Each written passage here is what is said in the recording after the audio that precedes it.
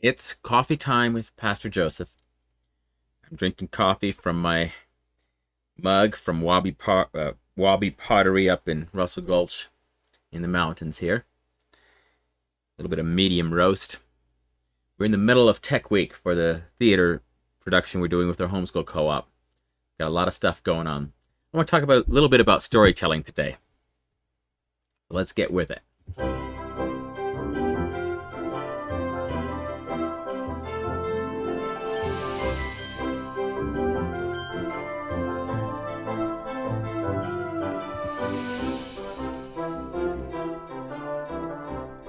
Redemptive storytelling. When my wife and we started with our film ventures, we used the slogan, redeeming the arts for the glory of God.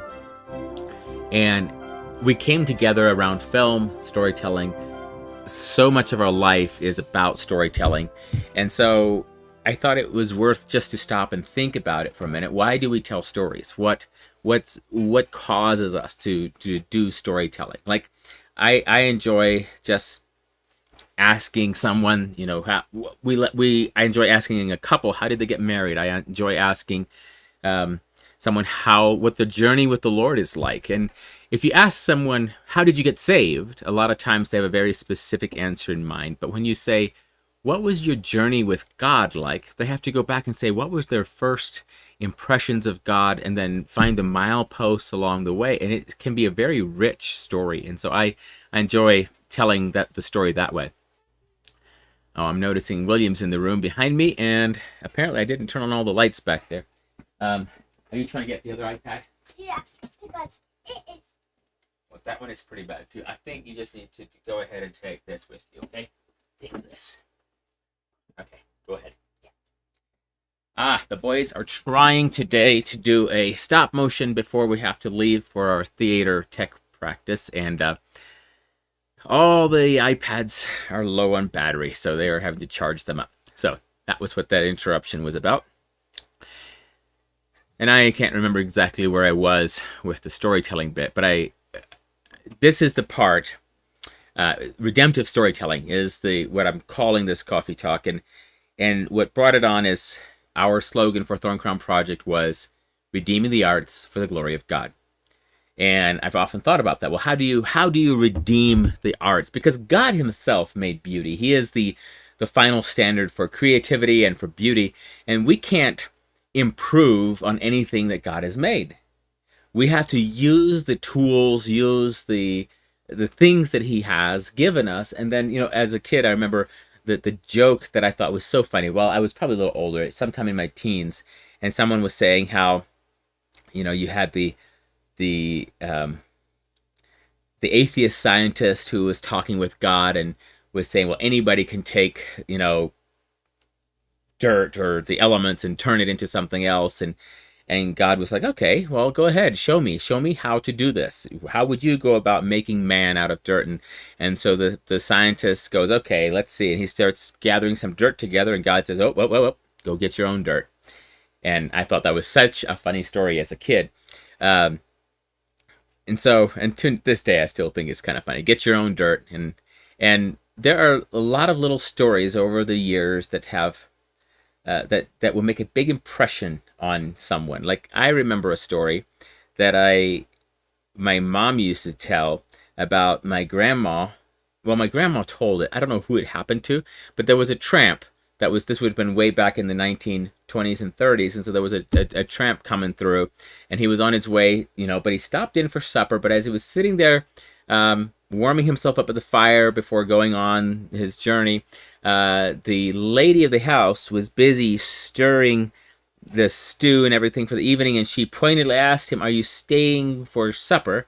And he just said, in the dialect, he said, "Ushtem no was treplifat," which means it just depends on where the drop falls. And so the lady had a runny nose, and there was a little drip just on the perch of her nose, and he was watching to see, is it going in the stew or is it going somewhere else? And he said, it just depends. Wherever that little drop falls, that'll determine whether I'm eating supper here or I'm going to keep walking. And as a kid, again, that's a story that those little stories, they stick with you, and you remember them years later, and you try to remember how how did they go? Who told the story? How did it go? And so, hi Daniel, thanks for joining in. And so, whenever I'm thinking about coffee and coffee talks, I often try to come up with stories that have to do with what I'm wanting to talk about. And as a pastor, when I'm at church, I like bringing in stories. Now, I have a specific problem. Did you know that most of us have some kind of issue? Like, I have issues where there are triggers and things from my past that really bother me. And so I've had a lot of healing in my life where I can get along with just about anybody. But every so often something will happen where I'm just like, that's just not right. That's just not right. And I'll start getting off on something.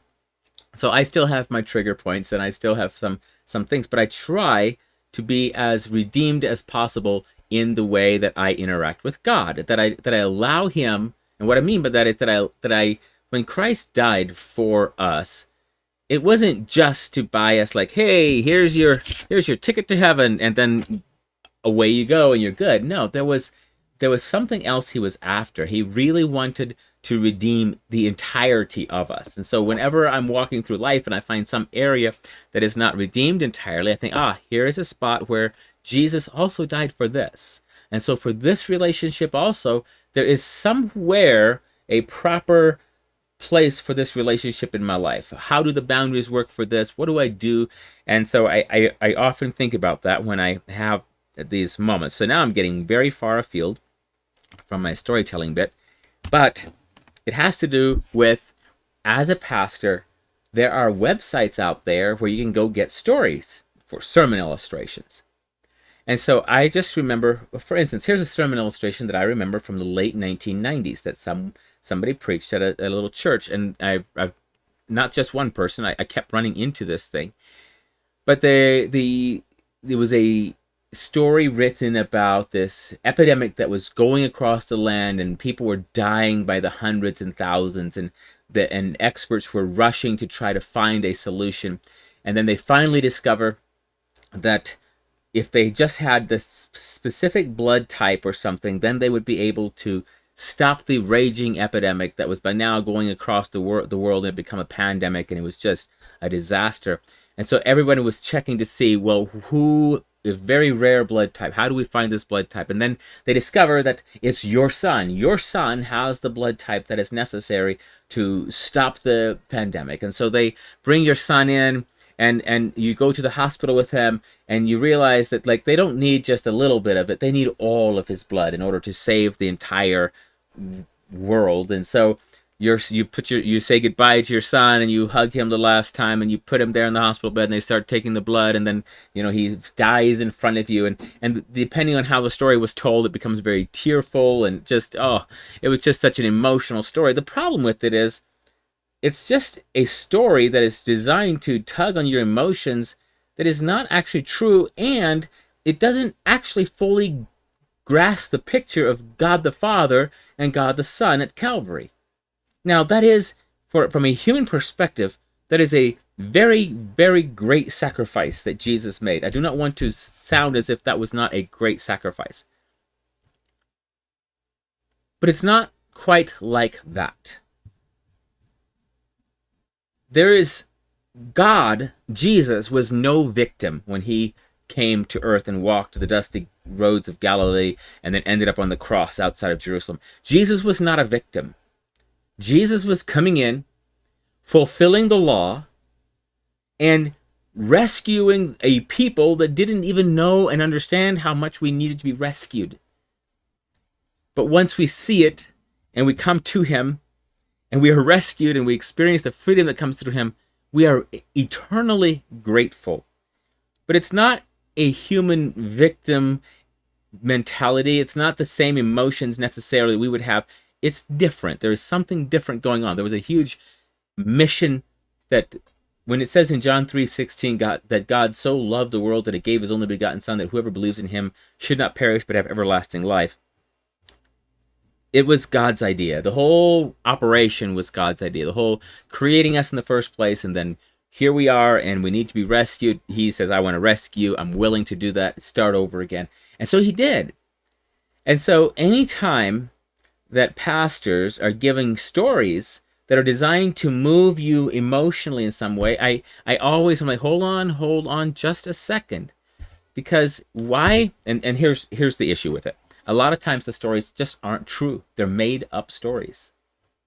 Like there was the other story about there's the two railroad tracks, and on one tracks there's this bunch of or no, maybe the way the railroad track was is like you had the railroad, and you had this goes out and the bridge is out over here and the other track goes this way, but your son is on that track and you're the guy that's in charge of taking care of the train car. So are you going to save all these people and kill your son, or are you going to let him pile off the cliff? Well, it's this kind of storytelling that in my mind crosses over into propaganda, where we're taking a set of stories and we're trying to control your emotions and your thoughts and bring you to this specific desired end and move you to do something that may or may not actually be the thing you need the most at that moment. And so manipulative storytelling is not redemptive storytelling. Redemptive storytelling is when we sit down together and I share with you what has happened in my life. So for instance, earlier I said I like to ask people, how did you get to know the Lord? What's your journey with God like? And so even people who are not necessarily believers often have a journey with God up until this point. Their understanding of who God is, their interaction with God, what their parents said about God, what they experienced with the people of God in their childhood. So when you share these accounts with each other of what has God done, or how have you seen God, it's amazing what you'll learn from each other. And when I'm asking you for a story, and you start telling me, well, here's what happened as a little boy, as a little girl. This is how I saw God.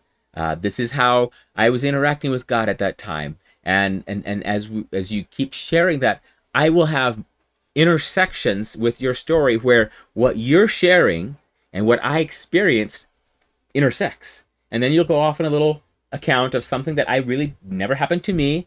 But then you'll come circling back and suddenly you'll have another nugget of a treasure, something that happened to you that happened to me too, and I'll connect with you. And the more of those intersections that a story has, the more of the more that I will identify with this. And this is true for whether it's someone telling you a story, their life story, whether it's a movie you're watching, whether it's a song you're listening to. Like there's some country songs out there that are such loser country songs, but you'll find a guy that is just broken up with his girlfriend and or whatever, and as he's listening to these songs, he's like, man, this is so true. There's so much truth in these. Why? Because his experiences intersect with the scenarios that are given in the song, and so he suddenly feels like there's such wisdom there. It's not that. It's just that he's been touched, he's been seen, he's been heard. That's what storytelling is for, is that we're sharing our human experience with each other. And so if I share my human experience with you of how I've interacted with God,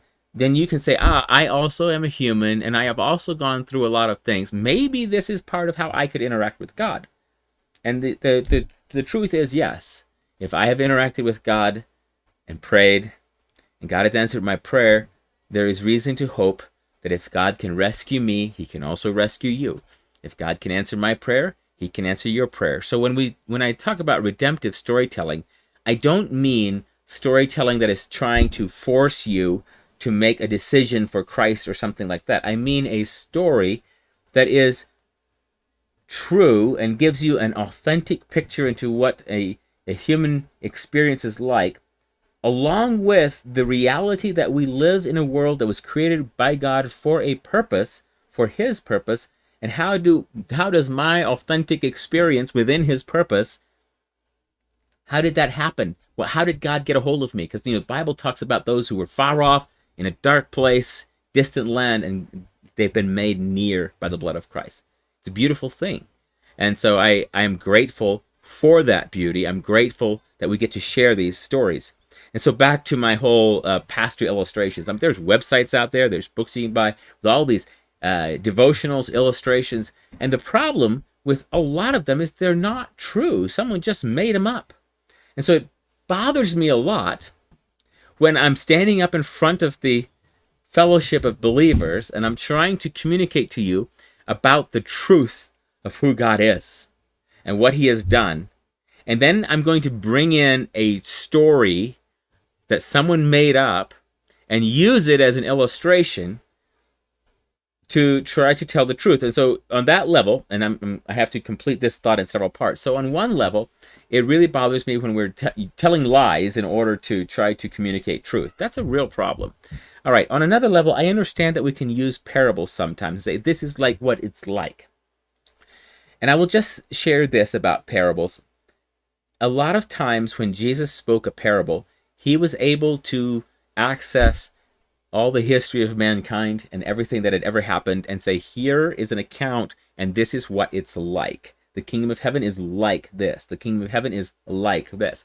And so he didn't just have to make it up. He could make it up if he wanted to. I'm not saying that every parable Jesus said was exactly an account of a story. However, I am going to say that many, many times the illustrations we're looking for can be true stories. Now, sometimes they can be just true to life. And also, before you shoot me down and tell me what about fiction books and all this other stuff, well, that is an issue. We have to learn how to tell stories that are true to life. And sometimes, like with history, we don't know exactly what happened, so we're trying to give you the main points, so we make historical fiction. So you look at the movie like We Three Kings, our movie Indescribable. Both of those movies have a whole bunch of things in it that are 100% for real true. And then they have in pieces through there also that are not necessarily exactly true. We don't know exactly how that family got from point A to point B. We are not exactly sure. Like in the case of We Three Kings, it seemed that the whole families were living together on the same farm for 10, 12 years. And then about 5 years later, there's evidence that they were actually, the family was living, the son and his children were living 20 miles north, and the parents were still living south. And so at the point of our story, are they living together in the same housing? Are they separate? We couldn't quite figure that out entirely. So we created a scenario where they live in one house and right next to them lives grandma and grandpa. And we took that license of storytelling. We tried in every way we could to tell the actual, absolute truth in our stories, because it helps if I can tell you this is a true story. So like with We Three Kings, as much of truth as we could find is in there, and it is a lot of historically accurate pieces of the story are in there. And we would read the writings of Uncle Henry and Bishop John Henry Hopkins, and we would look at everything they wrote, and we would find their opinions and things that they had said and turn it into their dialogue, so that when they are voicing an opinion, it is their opinion historically. And so we would do that kind of thing if we could at all get a hold of it. Sometimes you can't get a hold of information, and so you have to fill in gaps. I get it. There is a place for fiction storytelling. However, we have to be aware of what is redemptive storytelling and what is propaganda. Because propaganda is trying to push you toward a certain position or frame of mind or action. And so when nation states use propaganda, they are trying to establish themselves almost in a godlike deity place, and you as their loyal subject should just do whatever they say and listen to whatever they have to say. And that's ridiculous. Like, there is no nation state that has enough power and enough wisdom to actually be the ruler of all the people and have that godlike place. There is a God. He is in heaven, and as the psalmist says, he will laugh at the nations. He will have them in derision. And so there's been stuff happening in the nations from the beginning until now. Like even just in the last 5-10 years, you can think of things that nations have done that they thought in their wisdom would help people become more what they thought they should be. And there's been absolute propaganda. I mean, look at 2020 and other things where people were using things and trying to force the way other people thought. Anytime you're trying to, and one way to think about it to help you think in terms of what is a redemptive story and what is just a propaganda story is like this.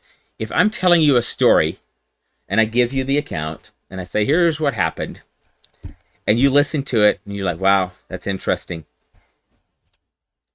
And then you walk away and you might remember that story for the rest of your life. You might forget it within 30 minutes.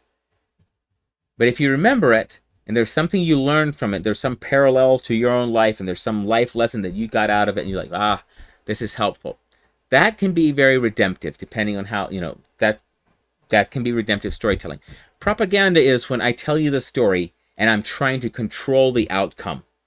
I'm trying to make sure that you will only have these emotions and only think these thoughts, and that you will only do these actions after you hear my story, at the end of my story.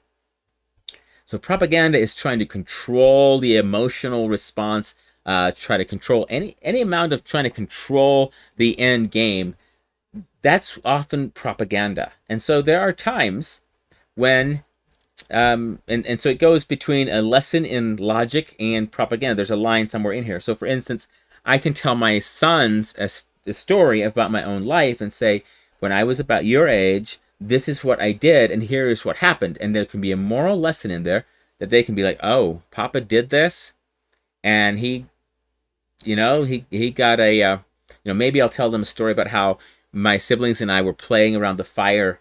We had a little bonfire, and we were playing around the fire, and as the evening went on, we started sticking sticks into the fire and having like blazing fire, what do you call those, like torches, and we were going around, and we were just having a grand old time with our sticks. Well, as we got more and more excited and more unaware of the dangers of the fire, suddenly I got a poke with a hot blazing torch right here in my neck, and got branded a little bit right here on my neck, and that was painful. And so I can tell them that story, and they can, and maybe my desired outcome is that they learn to be careful with fire. And so there might be a proper use of that. So I tell them that story. But that's a different kind of storytelling. Like, I'll tell them that. That's a lesson. It's a moral lesson, whatever. There's a different kind of story, too, where I just tell them about things that happened, people I met, stuff I saw, and they start thinking, interesting. That's very fascinating. And so storytelling is powerful. And I believe that we as believers should use it for the redemption stories, that we should be giving accounts, that we should be telling each other of things that God has done, things that we've experienced. Like if you hike into some mountain area and you go and you see a particular view somewhere and it stirs you deeply here, you might come home and say, the other day I was out and those last, it was a difficult 12-mile hike in, but that last, half mile, right as I came up over the top, it was so worth it. You should go do it. And so now, am I trying to control your outcome? A little bit. But it's a little bit different. I'm telling you how, if I then just tell you how I felt, say I don't even tell you should go do it. What if I just tell you we hiked and I was tired, and then I started hearing the sound of the waterfall. And I'd been hiking already for several hours. And then suddenly on the breeze coming out down the valley, I started smelling the water, and I heard the waterfall. And it got louder and louder the closer and closer it got. We finally got inside there, and I saw a glimpse of it. And then a few seconds later, we just came out right across where I had a clear view up, and I could just see the waterfall smashing down, and it was so beautiful. Then I was able to walk even closer, and I could see the waterfall, and there was mist hitting my face. I just sat there for hours. It was so peaceful. I just absolutely loved it. If I tell you the story, I don't have to tell you to go. You can decide. Do you like waterfalls? Do you need to hear and see and smell a waterfall right about now? Well, go see this waterfall. And sorry, I don't know which waterfall I was explaining to you, so I can't tell you where it is. But the point of telling stories, and this is, I think, what I wanted to close with, is we need to share our stories as a way of connecting with other people. And so as someone who belongs to Christ and has been redeemed from sin and is now walking in the righteousness of Jesus Christ, as someone who my desire is to help other people who are stumbling in the darkness the way I once was, I want them to be able to find the light. I will tell stories of the light. I will tell stories of how I was in the dark and now I'm in the light. But I will also just tell stories for the sake of telling stories, because they were funny. Sometimes the reason we tell a story is because it's funny. Anytime that we get to share an experience with someone, we laugh together. Occasionally we cry together, but more often than not, we laugh together. We share an experience together. That is precious. That is a gift that God gave us. You don't see the other animals doing that kind of stuff. You don't see dogs telling each other stories and then laughing. You don't see cows doing this, right? It's a human thing. It's a special thing that God gave us. So we want to share stories with each other. So for instance, I started this week, or 2 weeks ago, I started telling this story time for Amish people where I just tell stories in the dialect that I grew up with. And so these stories don't have moral lessons. I'm not trying to create certain responses in anyone. I enjoy these stories, these memories, so I share them and I tell them in the dialect so that other people, I enjoy hearing other people talk in the dialect. So if I hear someone else sharing a story in the dialect, that always encourages me a little bit because that was my original, my mother tongue, the language that I grew up with. And so I enjoy sharing those. Hi, William. So for that purpose, I think it's good for us to just have a shared emotional experience of some kind. And so storytelling by itself can be very redemptive. And sometimes you haven't fully processed what happened to you until you share it with someone else. And so if we become good listeners and we ask each other, what happened to you? How did that happen? Well, that's good. We can process what happened. I remember there were a few things in my life that happened that I was so on the fence about. Was this of God? Was this not of God? What was going on here? And so as I started sharing with someone else and processing, I could suddenly see what part of it was definitely a blessing from God and what part of it was just not okay. And it gave me clarity to understand. So how do we tell stories? Well, I think it starts from understanding that if I can give you an account of something that happened in my life, it can really encourage your heart or spur you on to action. And so if I'm just genuinely wanting to hear from you and to let you hear from me, awesome. But if I find myself in a place where I'm thinking, how can I just make them stop and go? I might need to re-examine what's going on in my heart. And so if I am preaching these days and I'm trying to tell stories, I now will vet if the story is not original with me, I will vet the story pretty hard and go back and try to find out, is this a true story before I tell it? So I like it when someone has written a book and I can say, okay, here is the book. I got the story from this book. And then I can tell you the story. I love that. Corey Ten Boom has stories. Brother Andrew has stories. There's just a lot of good stories out there, and I love sharing those. And they can be very helpful. And so Stacy and I continue to try to use storytelling and the arts as a way to glorify God and to redeem the process. We don't want to tell stories that will drag you down and take your thoughts to places they shouldn't go.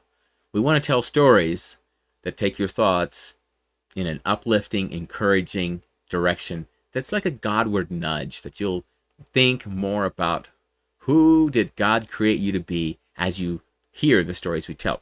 So that's part of the reason why I tell stories. And hopefully now that I've talked about storytelling, I can get back to actually telling stories next week.